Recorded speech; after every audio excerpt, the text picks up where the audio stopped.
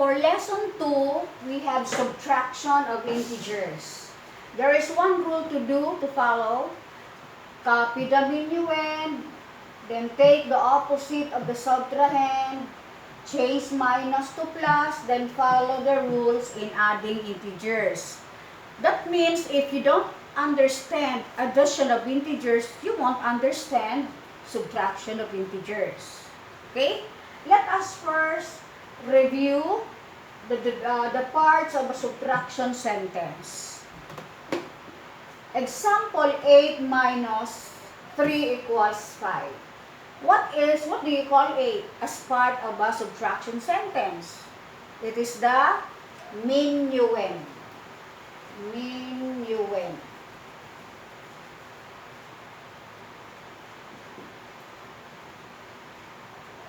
What about 8? It is the subtrahend. Of course, the answer is difference.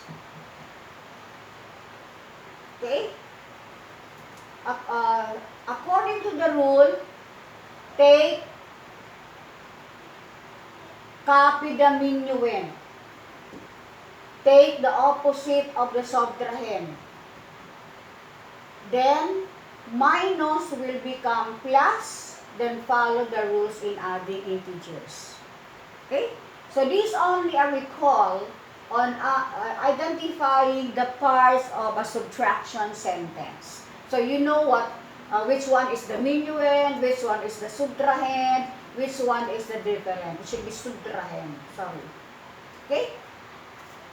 Let us now apply the rule on subtraction of integers. Example.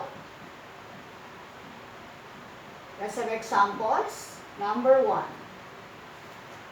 If I have positive 9 minus positive 2 equals blank. So according to the rule, copy the minuend. Get the opposite of the subtrahend. This is positive 2. Its opposite is negative 2. Then minus will become a plus.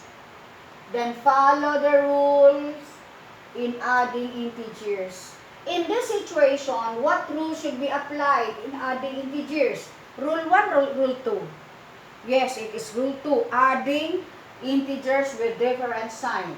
According to the rule number 2, adding integers with different sign, subtract the numbers. So if you have 7, take the sign of the number with the bigger absolute value. In this case, we have positive 9 has the bigger absolute value than negative 2. So take positive.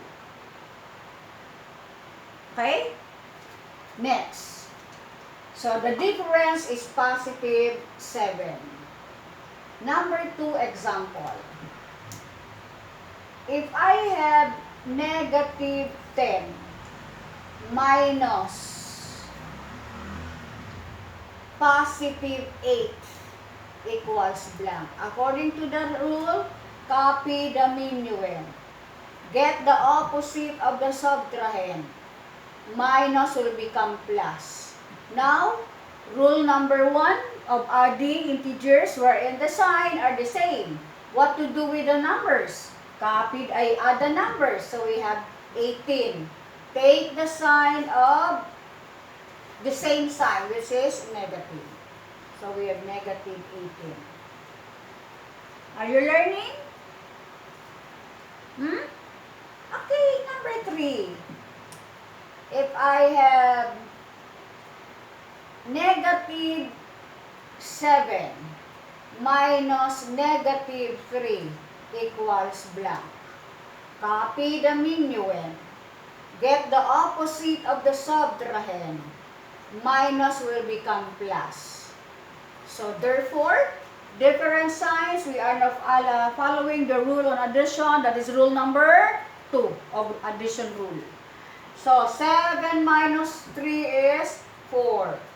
Sign of the number with the bigger absolute value is negative. So this is the answer. Easy? Yes, it's so easy. Okay, I hope you understood.